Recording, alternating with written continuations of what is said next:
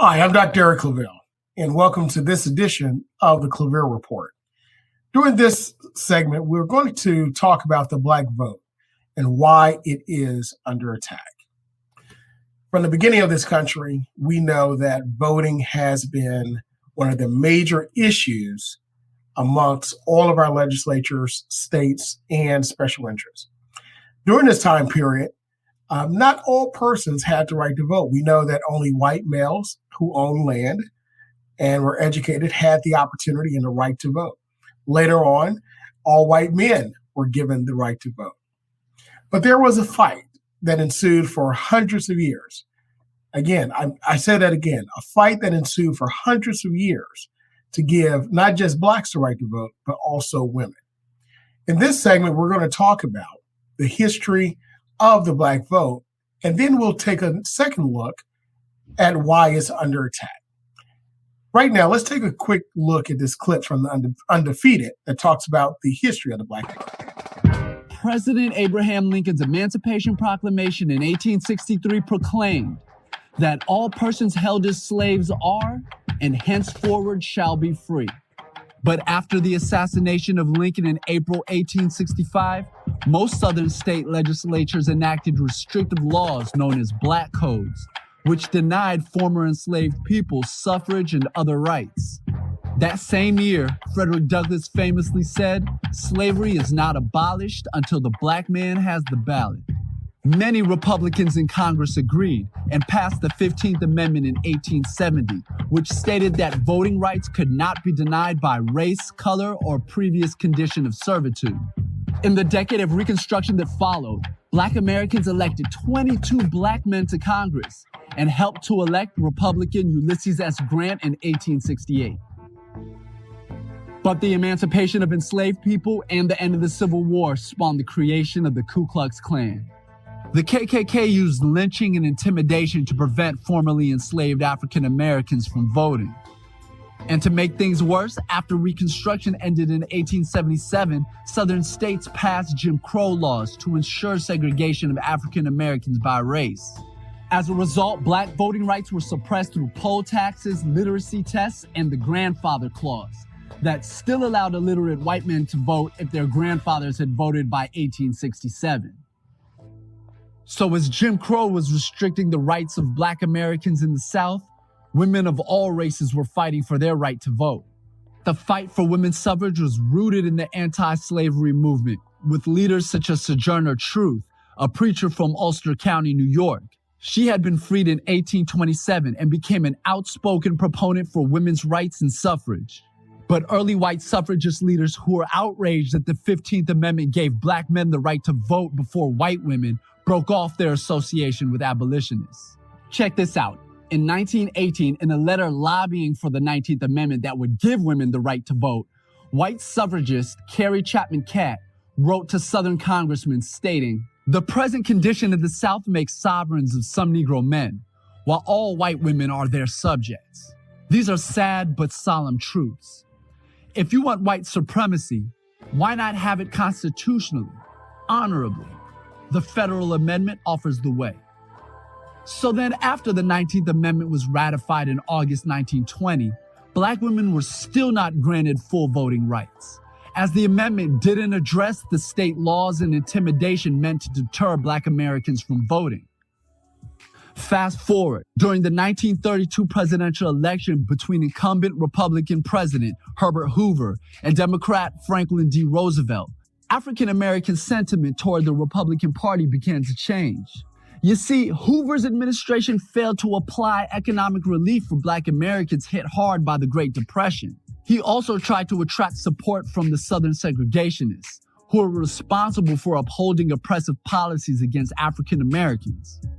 According to Vincent Hutchings, a diversity professor at the University of Michigan, data showed that about 2/3 of African Americans were identified with the Democratic Party by 1960.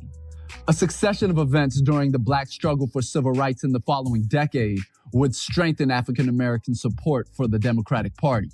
First, during the Freedom Summer Campaign in 1964, in which college students traveled to Mississippi to help Black citizens register to vote, Organizers Michael Schwerner, James Chaney, and Andrew Goodman were kidnapped and killed on June 21st. 2 weeks after that, on July 2nd, President Lyndon B. Johnson, a Democrat, signed the Civil Rights Act into law, banning segregation in America. This led Republican nominee Senator Barry Goldwater to staunchly oppose the Civil Rights Act during the 1964 presidential race against Johnson, further alienating black voters from the Republican Party. Johnson went on to win the election. Finally, in 1965, Johnson signed the Voting Rights Act into law that banned literacy tests and other methods used to suppress the black vote. The percentage of eligible black voters in America went from 23% before the Voting Rights Act to 61% by 1969. From 1992 to 2006, the number of black Americans in Congress were in the high 30s and low 40s. In 2012, 66.6% of eligible black voters turned out at the polls to re-elect the United States' first African-American president, Barack Obama. This was the first time that black voters outnumbered white voters for a presidential election. But African-American voters still face voter suppression through political exercises such as gerrymandering, a way that state legislatures are redrawing maps to diminish the black vote. Other practices that continue to suppress the African-American vote include purges of voter rolls in black communities, arduous voter ID laws, changes to voter registration requirements, limitations of polling locations in black communities, and reduced early voting options. But despite all this, it is pivotal that black Americans hit the polls, because the best way to end oppression is to vote.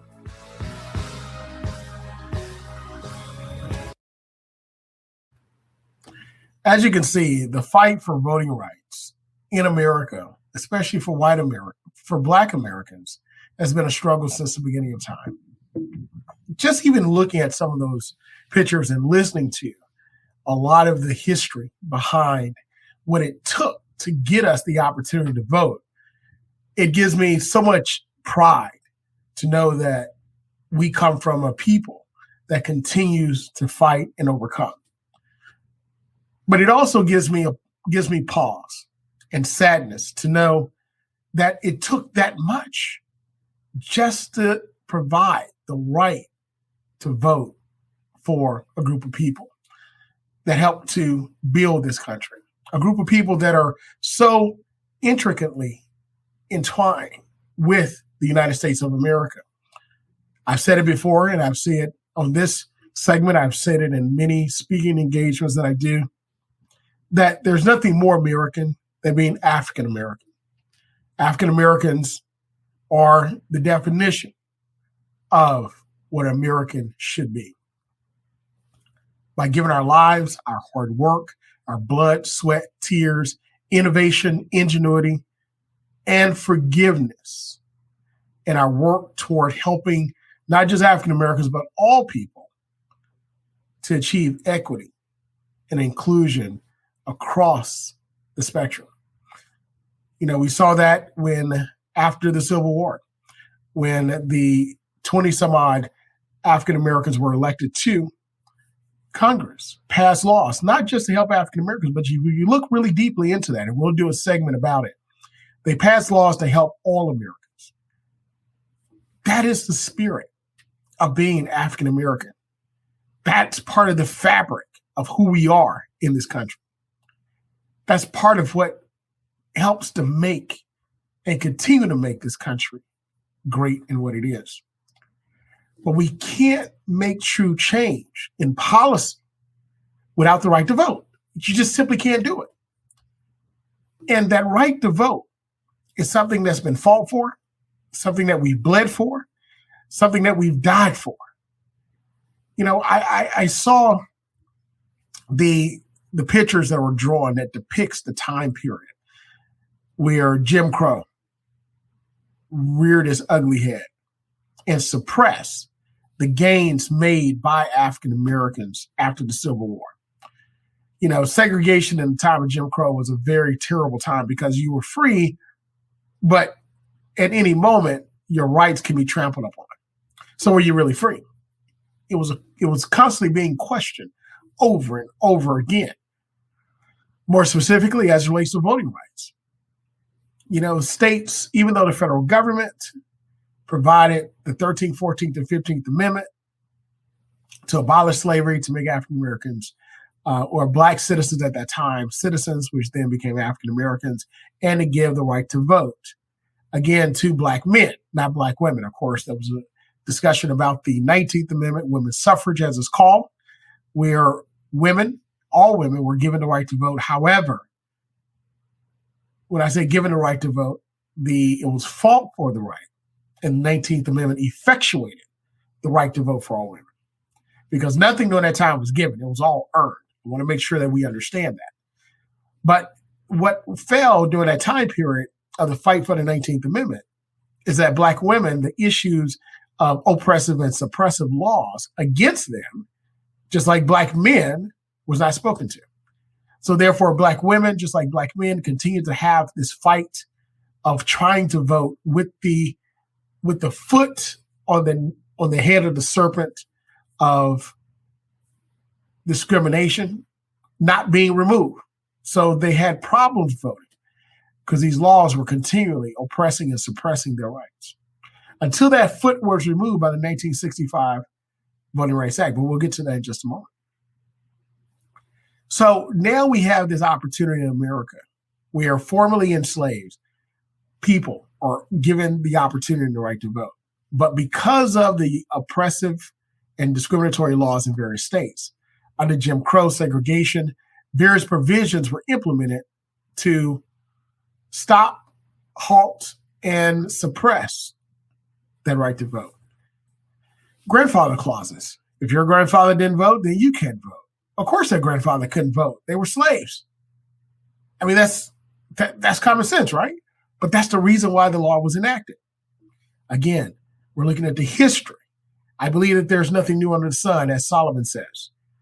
And I say what was is and what is shall be. In other words, various laws and policies that were created for one reason hundreds of years ago are being created today for the same reason, to suppress and stop African Americans from voting. Why? Because voting is the most powerful nonviolent weapon we have in our democracy. Voting puts legislators and people in office to pass bills and statutes that will help you in society.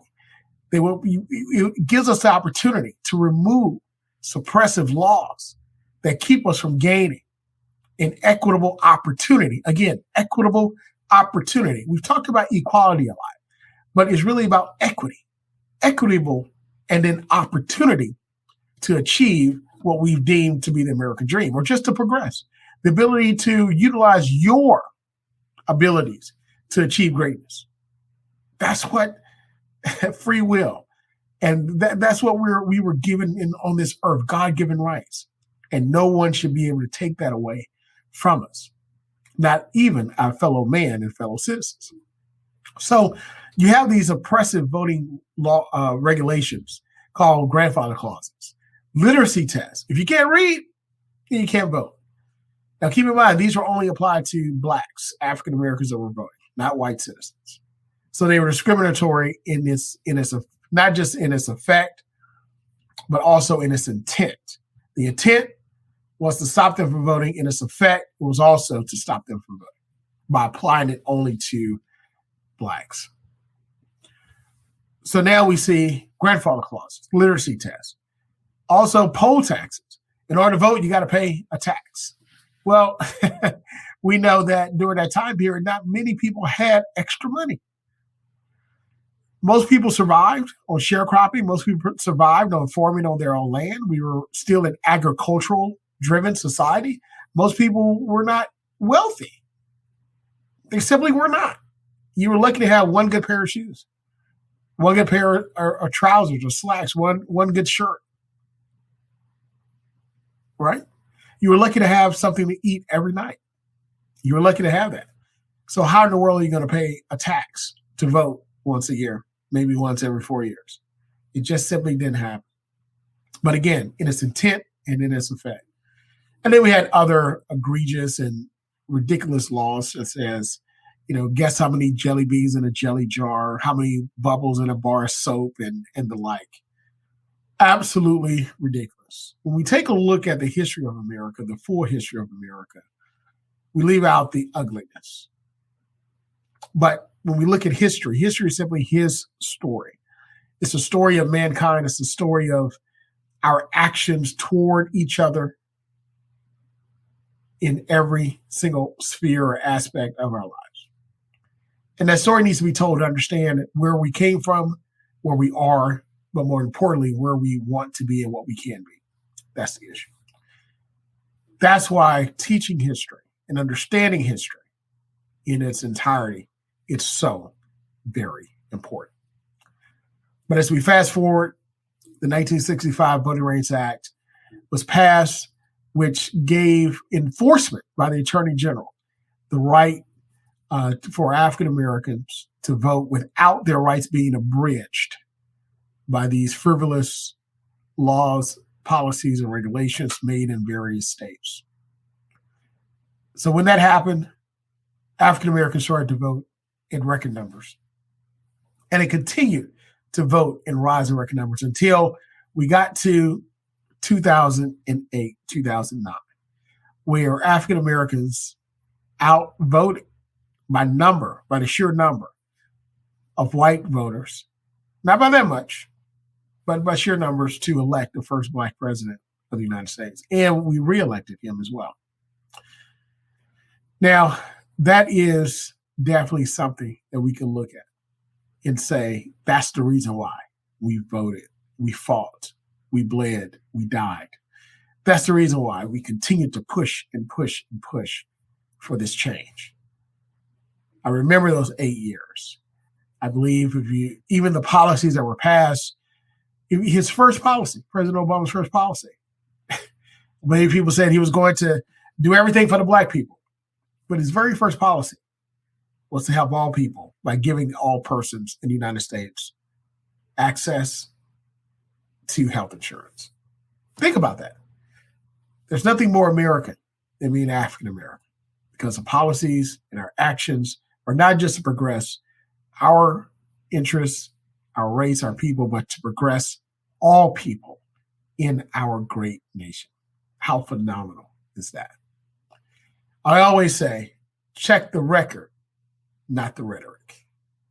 Check the record before you believe the rhetoric, because if you do so, you'll find yourself saving a lot of time and making fewer mistakes, because the record speaks much more truth than the rhetoric. So now we have the Voting Rights Act, we have the protection of pre-clearance within the Voting Rights Act, and we see the work and the legacy of all those that died for our right to vote. But then you have a Republican legislature that gets into office after Barack Obama is elected, and he started enacting these restrictive voting laws across the country in various states. One in particular is Shelby County versus Shelby County, Alabama, and they bring a lawsuit against the pre-clearance part of the Voting Rights Act, which has to be renewed every so often. And they challenge this provision, and they challenge it for one reason. But before we get to the result of Shelby County versus Holder in the U.S. Supreme Court and its impact of voting rights, let's take this quick moment to take a look at this second clip from Quimby, which talks about the journey of Shelby County versus Holder case and how it got to the U.S. Supreme Court. Here. Racial discrimination, Congress passed the Voting Rights Act of 1965. The act put certain states on probation for their historical disenfranchisement of African American voters. In the 2013 case of Shelby County versus Holder, the United States Supreme Court addressed whether these probations are constitutional. Before Congress's enactment of the act, several states employed a number of tests required for citizens to pass in order to register to vote. In many states, this resulted in white citizens registering to vote at a rate of approximately 50% higher than African American citizens. Congress, fed up with pervasive racial discrimination in voting, enacted the act. Section 2 of the act applies nationwide and bans any standard, practice, or procedure that limits a citizen's right to vote on account of race or color. For states that previously maintained the most severe voting restrictions, Congress also enacted Section 4 and Section 5. Section 4, known as the coverage formula, determines which states would be subject to Section 5. Section 5 prohibits changes in state voting procedures without federal approval. The states originally subject to Section 5 were Alabama, Georgia, Louisiana, Mississippi, South Carolina, and Virginia. The coverage formula and Section 5 were set to expire in 1970, but Congress reauthorized the act several times, most recently in 2006. At that time, new statistics demonstrated that voter registration was nearly equal between white citizens and African Americans in the states covered by the act, with African American voter turnout exceeding white voter turnout in most of the states identified by the coverage formula. Armed with this data, Shelby County, located in the covered state of Alabama, sued the United States. Shelby County alleged that Section 4 and 5 were facially unconstitutional and asked for a permanent injunction against their enforcement. The district court disagreed with Shelby County, finding that the evidence before Congress in 2006 was sufficient to justify reauthorizing Section 4 and 5. The United States Court of Appeals for the D.C. Circuit affirmed.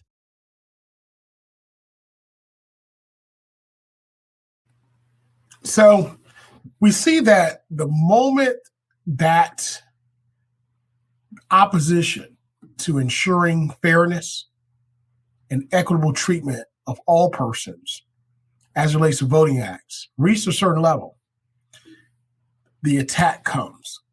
And the attack is within the courts. I want you to join us for another ClaVille Report when we talk about the importance of the judiciary and its impact upon all of our laws, including voting laws. What we see in Shelby County versus Holder, that pre-clearance aspect of the Voting Rights Act was challenged. Now, you've heard, probably heard in the past where we talked about, the Voting Rights Act is under attack and we have to save it. Well, not the entire Voting Rights Act of 1965, but this provision of the Voting Rights Act itself, which is known as pre-clearance. Basically, there are states that historically discriminated against African Americans with the right to vote. And we talked about that earlier when we took a look at Jim Crow era voting restrictions. Well, before you could change voting processes, voting laws, regulations, or even redraw your maps based upon the U.S. Census data every 10 years, it has to be pre-cleared by a division of the United States Department of Justice Office, Civil Rights Division, which then looks at it, takes into consideration the discriminatory effect of past laws and its current discriminatory effect of the proposed provisions and changes, and then renders a decision. Either they will uphold it and say it's fine by a decision, or they will send it back and say, no, this violates, redo it. Now, with this provision being struck down, it cleared the way itself for states with a history of discrimination to craft new voting laws without federal oversight. Again, without federal oversight. Let's take a look at one case in particular. In North Carolina, it seems like the moment after this case itself was actually challenged. And of course, again, after the challenge, or this provision was challenged and the case was upheld, states started enacting discriminatory laws immediately. Many enacted ID laws and regulations in order for an opportunity to vote. Others went as far as defining who can vote, and others went as far as eliminating polling places, shortening the time that you can vote, and the like. Now, why is this important? Well, the Constitution gives states the opportunity to, the power in order to execute voting procedures in their states. Now, execute the procedures in their states, but those procedures cannot go against the Constitution or federal law. Armed with Shelby versus Holder, that decision in their hand, now these changes can be made without oversight of the federal government. And the only challenge is, or would be itself, a judicial or legal challenge. Now, let's take a look at what happened in North Carolina. In North Carolina, this particular voter law was crafted. The fight began in 2013. And this is, I'm quoting from an NPR article. It said that, and this is from Michael Thompson, a member of station WFA. He said about the lengthy battle over North Carolina's laws, which was meant to combat voter fraud. But he said that fight began in 2013 when the state made cuts to early voting, created a voter ID requirement, and eliminated same-day registration, out-of-precinct voting, and pre-registration of high school students. More than half of all voters using early voting, listen to this, more than half of all voters using early voting. And African Americans do so at a higher rate than whites. African Americans also tend to overwhelmingly vote for Democrats. More than half of all voters use early voting. I use early voting as much as I can. It's great. You go in and vote whenever you want. When the time provision opens up, you can avoid the lines. And if you want to participate in the democratic process of campaigning or being a poll watcher or whatever the case may be, you have that opportunity because your day is freed up. But African Americans have said do so at a higher rate. Now, these laws and these provisions of the law were actually struck down in July 2016 by the Fourth Circuit Court of Appeal. Now, within this, the court said, this is the Fourth Circuit Court of Appeal, the federal appeals court, which encompasses 5 states, including North Carolina. There's no other court higher than the U.S. Supreme Court. In its ruling, the appeals court made this statement. It said the law was intentionally designed to discriminate against Black people. Let me read that again. The law was intentionally designed to discriminate against Black people. I'll read that one more time. In its ruling, the appeals court said the law was intentionally designed to discriminate against Black people. North Carolina legislatures had requested data on voting patterns by race, and with that data in hand, drafted a law that would, quote, this is from the court decision, target African Americans with almost surgical precision. The court said.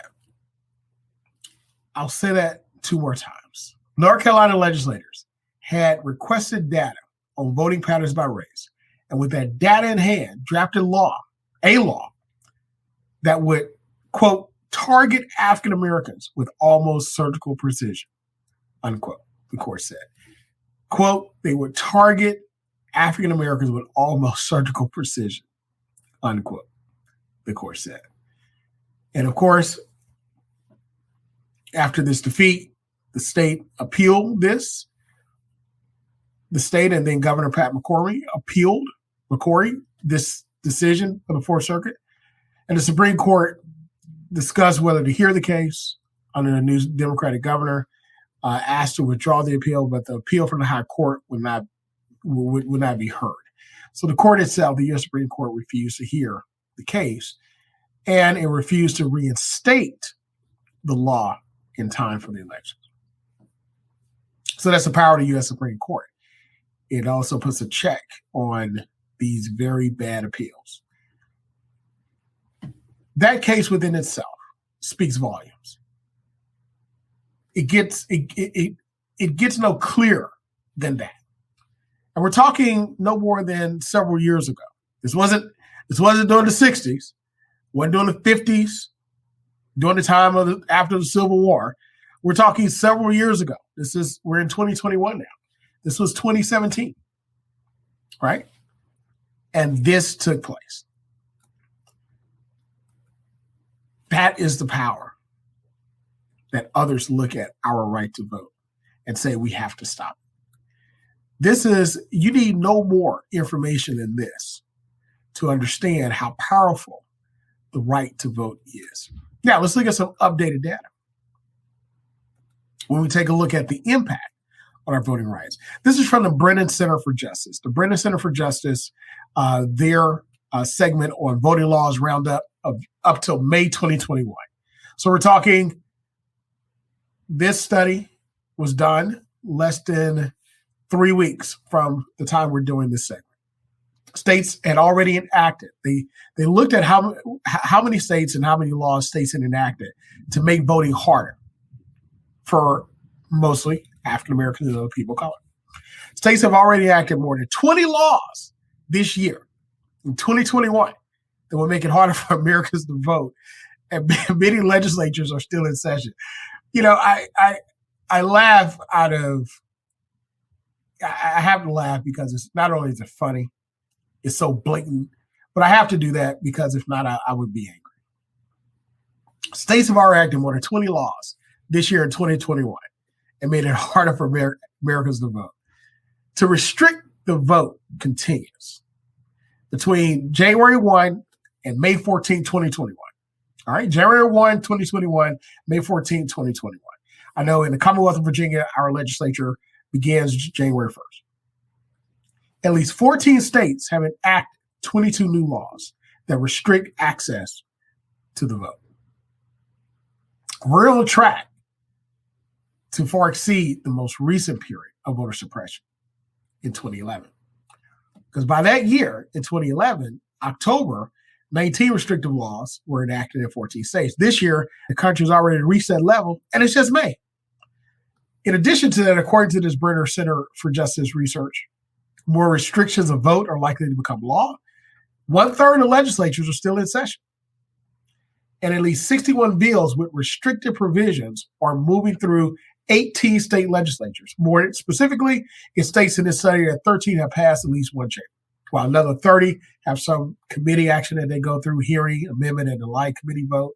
But overall, lawmakers have introduced at least 389 restrictive bills in 48 states. Think about that. 389 restrictive bills in the United States. 389. 389. I want that to sink in just for a moment.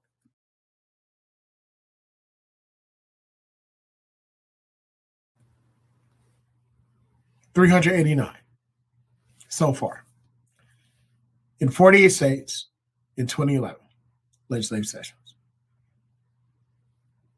389 restricted bills in 48 states in 2021 legislative sessions. When we put that in context, we're looking at this time period being a moment where we have to continue to fight for our right to vote, fight for the fairness of our democracy, fight and honor the legacy of all people, African Americans that died, allies that died for this right to vote. We can't stop. We won't stop. We will not stop until we continue to give equity across the board to all people with the right to vote. Because when we have the free and fair elections and the right to vote become unabridged, our democracy is better, our democracy is stronger, and our world is better for it. Thank you so much for joining us for this segment of the ClaVille Report, where we discuss the Black vote and why it's under attack. Make sure you go to our social media and subscribe, our Facebook page, like, share, and follow us. And let us know, give us your comments and let us know how we're doing. Until next time, this is Dr. Eric ClaVille, and thank you for joining us for this segment of the ClaVille Report. See you next time.